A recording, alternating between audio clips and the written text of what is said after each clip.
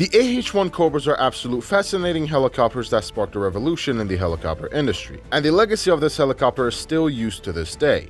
But how did they do it? And what events made this helicopter one of the most famous rotary aircrafts in the world? And what is its history with a foreign market? Hello ladies and gentlemen, my name is Bob Kamov Abdelaziz, and welcome back to another historical video. Today, we will be having a look at the AH-1 Cobra. The concept of helicopter was always something that the aviation engineers wanted to make. I mean, on paper it is definitely simple. Make an aircraft, put a vertical prop from a plane, increase its scale by, Adobe Photoshop, and you made a helicopter, right? However, engineers did have a lot of problems integrating it with the armies at that time. The early helicopters compared to the aircrafts were complex, and nobody really understood the advantages and disadvantages of the rotary aircraft compared to the fixed wing, and if they did, they really didn't give it an opportunity. And even if they did, it was more of a gimmick than anything else. I mean, let's be honest, helicopters like these barely even lifted themselves up, let alone cargo or people, until the Cold War and the start of the Korean conflict. During the Korean War, the helicopters were widely used as reconnaissance and evacuation of the wounded soldiers. At that time, this gave a lot of reputation to the helicopters, where the Pentagon did saw an incredible opportunity. And of course, the cheap bastards that we would like to call the Soviet officers and officials, who also all of a sudden got an interest in the helicopters because it was useful on the American side. Like, I love how nobody gave a single shit about Mikhail Leontovich Mil. It was only when the Americans used the helicopters and you guys just did not want it to fall out of the Cold War competition. And look what Mikhail Leontovich Mil designed for you guys, you ungrateful bastard.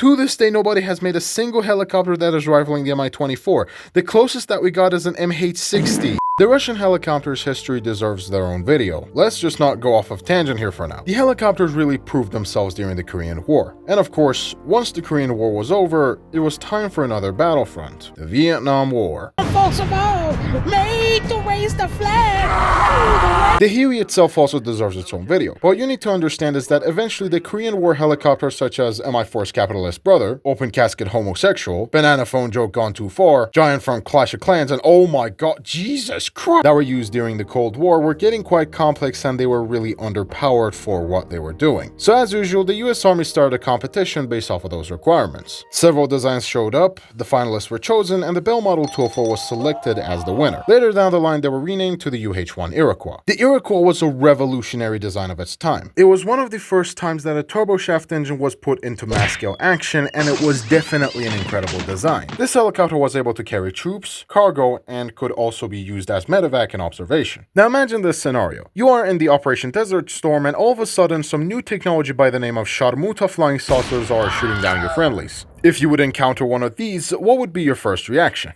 Of course, natural instinct of a human, fucking shoot it to oblivion. Similar thing happened to the Vietnamese. The helicopters were new to the battlefield, at least to this much scale, and they did not know how to counter them. So what they did was to basically start firing their guns towards these helicopters. More notably, the 7.62 machine guns from a very well-known gun called AK-47. This became quite a bit of a problem, and there should be a way of returning fire. It would have been useful, so maybe we could mount some weapons on these things so, we could fire back at them. And the US Army did exactly that, and this did work for some time. The casualties were still skyrocketing, and it was getting quite obvious that the problems still haven't got solved completely. The Huey was a very good helicopter. However, once you mounted rocket pods, anti-tank missiles, and on top of that mount cargo, troops, dead grandmas, a bunch of cats, Joe Biden, plus how many fuel tanks you're going to carry, the Huey is going to get heavily loaded, and it's going to temper down its effectiveness. So the US Army wanted something that could strike the enemy. A helicopter that could escort the UH-1 helicopters and return fire to the enemy position.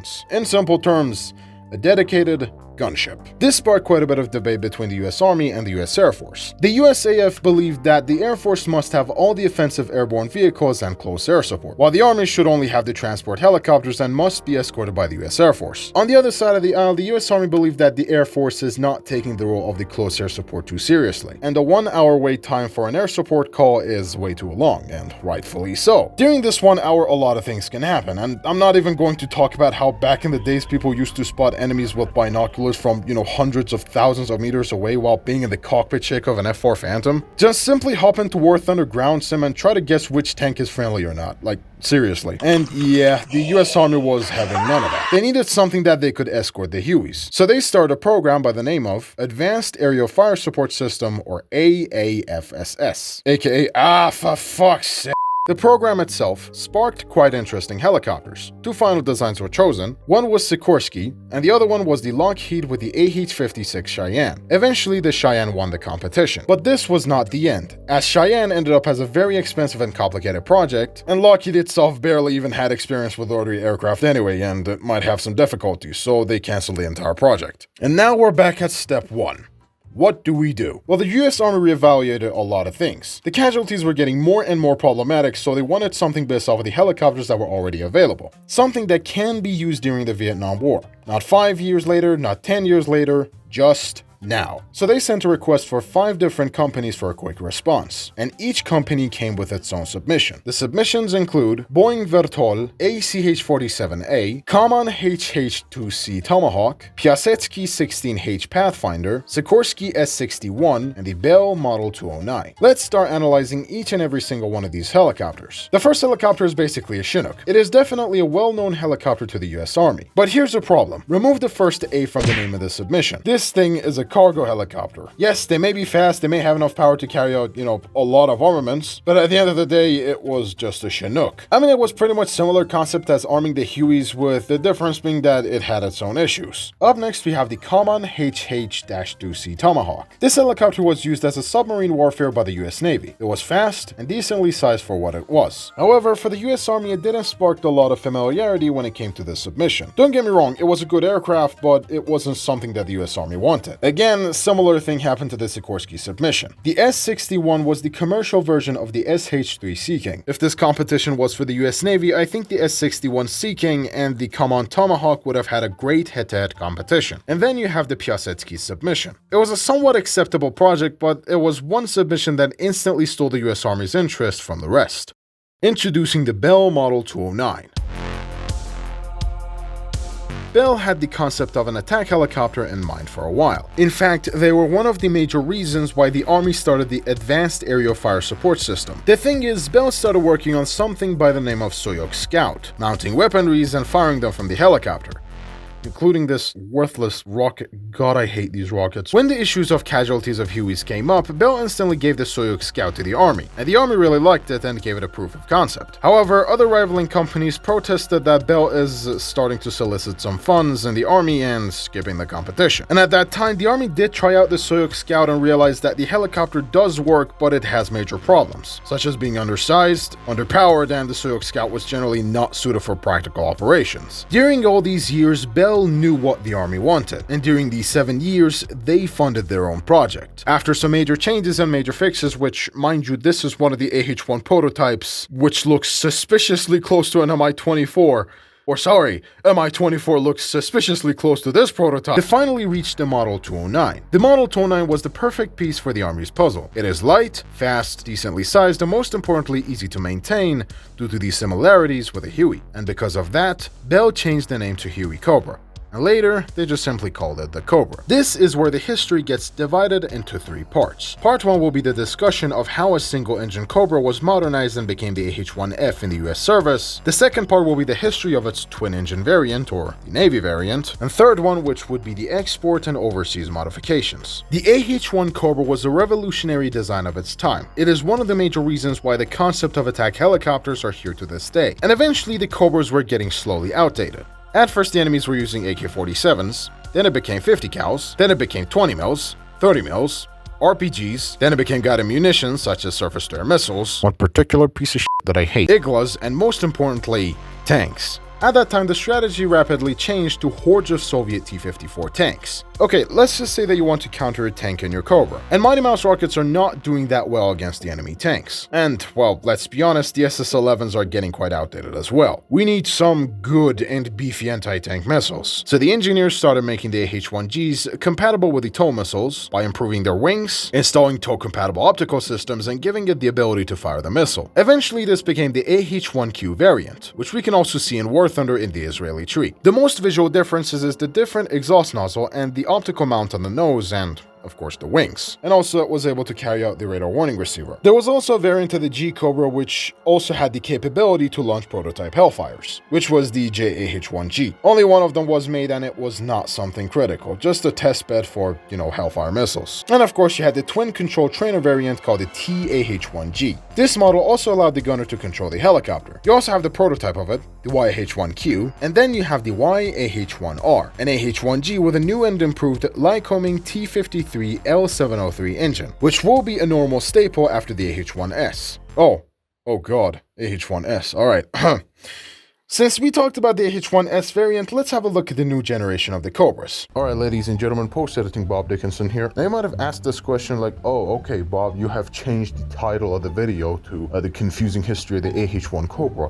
What is so confusing about it? Well, you see, let me just put it in the most simplified manner. Now I will explain what is so confusing about it a little bit further into this video in full details. But what you need to understand is that before the entire tri-service designation where like you had the helicopter designation itself, UH, which is utility helicopter, or AH, attack helicopter, and then you had a number in front of it, which is going to be probably like in numerical order, and then you have an alphabetical order in front of it. For example, UH-1A, UH-1B, which is better improved version, UH-1C, again, more improved, UH-1D, which is, again, more improved, but it has a bigger canopy and whatnot, and generally this is used throughout everywhere in the United States, except for maybe the Army, because, M1A1, SEP V2, SEP V1, M1 A2, A3, A1, so like that one's an entire shit show in itself, which I'm not gonna probably touch on because I don't have any kind of expertise on.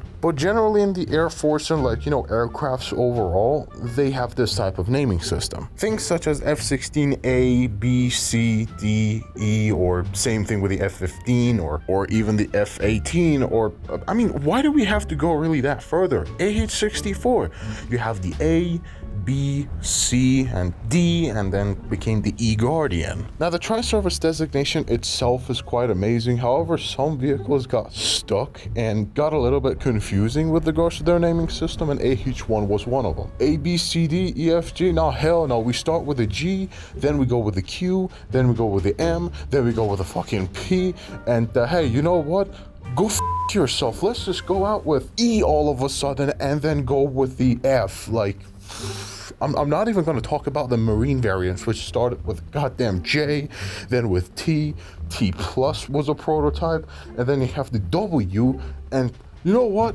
Go f yourself. This is going to be the last AH-1 we're going to have, so AH-1Z. Like, do you get what is the goddamn confusing part? Now, it was absolutely confusing to me at the beginning, but then I researched it a little bit more and I just realized that, hey, it's the naming system on the surface is confusing, but then I looked at it and it all made sense. Let's just go a little bit further into this video so we could understand what the hell is happening here. Okay, so the AH-1S was the next upgrade to the AH-1Q. The old Cobra was getting quite heavy, and with all the upgrades, it was getting a little bit sluggish. So they installed the new and improved Lycoming T53L703, a new rocket fire and management system, wide variety of improvements towards the fire control system, aka the famous quote of mine, it has CCIP on all of its weapons, and of course the ability to install the upgraded tow missiles and new camera systems for guiding it. The original Cobra until now had to use the turret that had two choices of weaponry. The first one was a 40mm grenade launcher and the second one was an M134 minigun. And now this time the entire gun system was replaced with a 20mm M197 gun, which, fun fact, believe it or not, this cannon is based off of the M61 Vulcan. Now this is the part where things get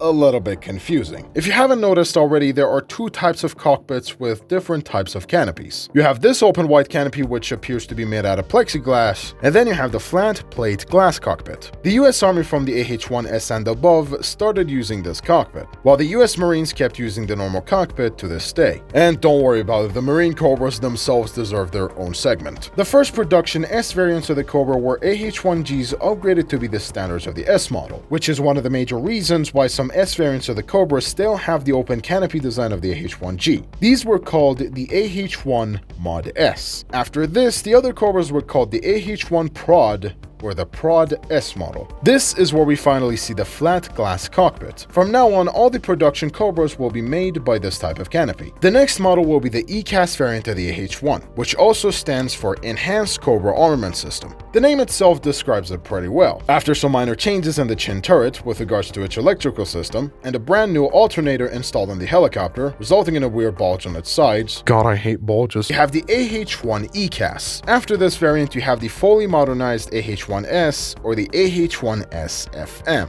This variant improved its rocket management system, this diddly thing, an IR jammer, a laser rangefinder, another big bulge which is supposed to be a radar jammer, and in some very rare occasions, thermal equipment installed on the camera sight. There was also a variant called the Bell Model 249, which was an experimental version with a 4-blade, fully articulated rotary system, better engine which includes the General Electric T700, and the ability to use Hellfire missiles. This eventually found its way to Germany, but we'll talk about that later. Now, all this naming scheme of the AH-1S and Mod S and Prod S and all these kind of stuff were getting quite complicated, so they changed their names accordingly. The AH-1 Mod S became the AH-1M, the AH-1 Prod S became the AH-1P, the AH-1 ECAS became the AH-1E, and the AH-1 SFM became the AH-1F. This was the general history of the variants of the Cobra that was used by the United States. Now let's get on with its marine variant, the twin-engine Sea Cobras.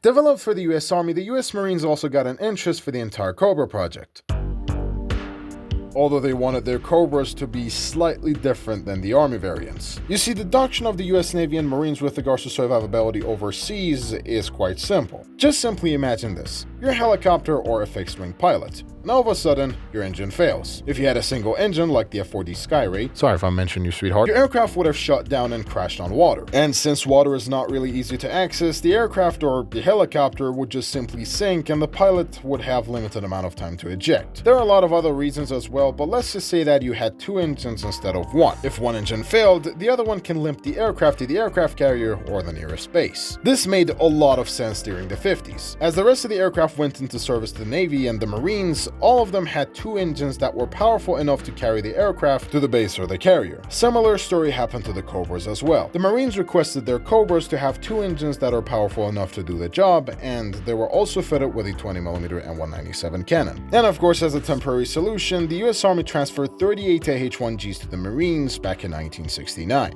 During the 1970s, the Marines needed a Cobra that had more carrying capacity and was compatible with high temperatures. Hence, the Bell created the AH-1T based off of the Model 309. This variant had a bigger tail and fuselage, compatibility with tow missiles and its launching systems and sensors, and an overhaul with regards to its engines and transmission. Iran has its own history of helicopters, which I will talk about later. However, there was also a variant called the AH-1T+, which was equipped with a more powerful General Electric T700-GE-700 engines and compatibility to launch Hellfires with advanced avionics. This variant of the Cobra was proposed to the Shah of Iran during the 1970s. However, due to the revolution, the project was not having a good result.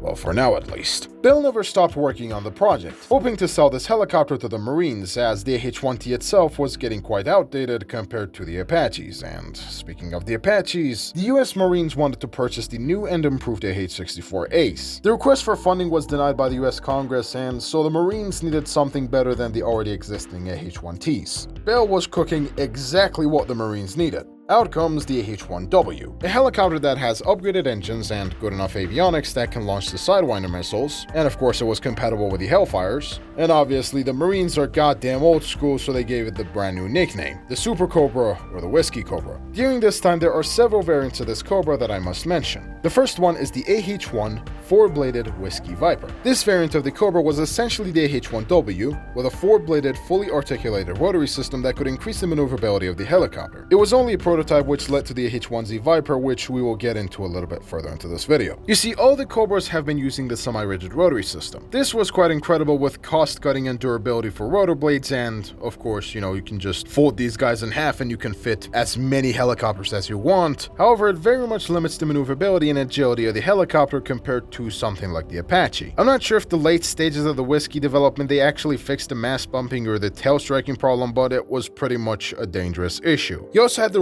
Romanian and the UK variant of the Cobra, but those foreign exports are for a different video. So the AH-1Ws needed a major modernization, more notably with regards to a rotary system, digitalized avionics, the compatibility to carry various modern equipment such as anti-ship missiles, modernized Hellfires, sidewinders, guided rockets, and many more. Which out comes the AH-1Z. This helicopter first flew in the early 2000s and was upgraded next to its closely related brother, the UH-1Y Venom. Both were operated under the AH-1 upgrade program. This program was intended to upgrade the AH-1W to the AH-1Z and the UH-1N to the UH-1Y. These two helicopters ended up sharing a lot of their components with each other, including the tail rotors, engines, transmissions, electronic equipment, and etc. Currently, as of now, the Viper can carry out the most modern Hellfire missile available, the most modern Sidewinder, which includes the AIM-9X, APKWS-2, and a special ATGM by the name of AGM-179 JAGM, or Joint Air-to-Ground Missile. This was the entire history of the Cobra helicopters. On the next part, we will have a look at the export models and the history of other countries using the Cobras. Now let's start with a part 3.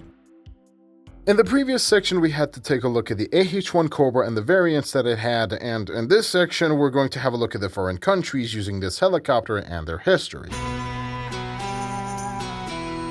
Let's start from the first Cobra consumer and the nation that I'm not supposed to mention due to my safety, but fine, let's just say Israel or Palestine or Holy Land, I would assume. But anyway, Israel started quite simple. A couple of AH-1Gs used for suppressing a couple of tiny uprisings and suppressing the fire of the enemy trenches. Later down the line, the AH-1Gs were upgraded to the Q variant for the sake of anti-tank quick response. And in the 1982 war against Lebanon, it was incredibly effective at destroying Syrian tanks. Eventually, after some time, they got upgraded until they opted to replace them with the Apaches and UAVs in 2013. And at the end, Israel transferred 16 of its Cobras to the Royal Jordanian Air Force. Fun fact, the Israeli Zephod D/E has the capability to fire the spike missiles. The good spike missiles. Japan was also one of the major US customers when it came to the Cobras. Since the 1984 interesting year, all the way up to 2000s, the Japanese have received several AH-1S variants which were modernized enough to be counted as an AH-1F. In 2010, Japan has specified that they're replacing the age-old Cobras with a helicopter optimized for marine use, and able to operate from airstrips and sea bases. However, in 2022, they're planning to replace 47 of them with UAVs. Jordan has obtained plenty of AH-1Fs in the late 1980s and 2001. And of course, they have to transfer 16 of those helicopters to Pakistan under the US-sponsored support program for Pakistan. On the other hand, they received 16 other Cobras from Israel to increase the border security, with the Islamic State being an absolute pain in the ass for both of their countries. The Turkish Cobras, of course, are definitely something that we can take a look at. Not only they have plenty of Trainer P variants of the Cobra, which can be upgraded to the F standard, but also they have plenty of AH-1W Super Cobras, which of course the United States did not want to sell the Cobras to them because of Clinton administration rejecting the request. Oh, God. Alex Jones inside of me wants to scream. Anyways, Turks used the Cobras as you would expect, using the tourist ice cream tricks, but instead of an ice cream giving to a child, it's an air-to-ground missile shot on the Turkish separatists. Apparently, Kenya and South Korea and Thailand also acquired the Cobras, with Spain also having the early AH-1G variant. Pakistan itself purchased AH-1S gunships from the United States, which later down the line they installed the C-Night thermal optical systems on them. Of course, they received a bunch of AH-1F Cobras from Jordan, and their fleet is slowly getting outdated. And right now, they're seeking to purchase new helicopters. The AH-1Cs and AH-64s are out of the shopping list because the United States has rejected the request. And currently, they're looking towards the Turkish T-129, the Chinese Z-10, and the Russian Mi-35. As recent as 2015, Russia has approved the sale of the Mi-35Ms to Pakistan, and of course, if you haven't noticed it already. And on the other side, the Chinese Z-10 is getting delivered to Pakistan as well, which, mind you, it has a radar. Jordan also offered 4 helicopters to Philippines for counterterrorism. However, the offer was reduced to 2 Why do we have terrorists in the Philippines? And of course, one day someone by the name of Bob Dickinson will eventually go and purchase one soon, if they don't already sell them. Speaking of civilians operating the helicopters, we also have the Red Bull operating a single AH-1F. Like, I can imagine the Red Bull BO-105 does like front flips, back flips, barrel rolls, and all the bells and whistles, and the AH-1F is like, hi. And of course, there are several Cobras that are still being used by the US Forest Service as Firewatch Cobras, mounted with thermals for obvious reasons, which were retired in October 2021. Believe it or not, the Floridan Division of Forestry also acquired several Cobras from the US Army, and they have a fire hose. That's the fuck. God, that Gaijin, when? Believe it or not, Germany also considered purchasing the Cobra helicopter as well, although it was one of the most interesting variants of it. Okay, now I'm gonna go off script here. This is the model that Germany considered purchasing. Like, look at this. It looks cursed. First off, you have the target acquisition from the AH-64, and then you have 4-bladed rotary system, which is, it feels so out of place. It just makes me feel uncomfortable. Oh, and mind you, this thing is supposed to be carrying out A-92 Stingers on the internal pylons and Hot 3s. Jesus Christ! Bahrain, of course, operates a bunch of variants of the Cobra, which includes the AH-1E, AH-1Z, and the Trainer P variants. In 1984, Taiwan announced that the MBBB-0105 and the MD-500 helicopters are getting replaced by the AH-1W Super Cobras. They only received 42 of them, and then later they received additional 21 Super Cobras. And then in 2010, Taiwan began supplementing the Super Cobras with AH-64Es, and the AH-1Ws are still in service in Taiwan. And finally, Iran. Iran purchased 287 improved AH-1Js by the name of AH-1J International. These Cobras had the Pratt & Whitney T400 engines. Now, these AH-1Js had two models, the non-tow and the tow-compatible variants. Out of all of these Cobras, only 62 of them had the capability to launch tow missiles. During the Iran-Iraq War, these helicopters were insanely useful to the Iranian army. However, by the 1990s, these helicopters were completely grounded due to the lack of parts. So they decided to bring back these aircrafts to the sky. So in 1996, they started working on Tufan, or Typhoon. This one was pretty much reverse engineered and made compatible to the Iranian-made parts. This project was revealed in 2010, and eventually these helicopters were upgraded to be compatible with modernized equipment, which includes multifunctional displays, a brand new camera system, and both normal and infrared, and the helmet-mounted sighting system. And of course, there's this one screenshot that I saw from the AH-1. Yeah, they also did that one as well. Oh, it's weird. However, there's this one question that really boggles my mind. According to the internet, Shaw ordered AH-1Js that had this type of cockpit, which is quite normal for Sea Cobras. However, as I dig deeper on the Persian side of the internet, I'm starting to get confused even more. If that is the only Cobras that we had, then what the fuck is this? Most likely this one is also a reverse-engineered canopy, either imported to Iran or already existed in the Iranian inventory but was collecting dust in the Bell factories. But either way, Iran is planning to supplement these Cobras with a brand new Mi-28 helicopters very soon. And when I say very soon, it's been 4 years and not a single goddamn news has been announced about them. A single spark in the right place started a revolution in the helicopter design industry. A rotorcraft that was supposed to be a temporary solution for a conflict became a permanent staple of the modern world. Ladies and gentlemen, this was the history of the AH-1 Cobra. If you enjoyed this video, please consider liking and subscribing to my channel. Dislike it if you dislike it, and if you want to support my channel even further, you can also donate to my Super Thanks or join my YouTube membership if you want to. For now, this is me, Bob Dickinson. Thank you for watching.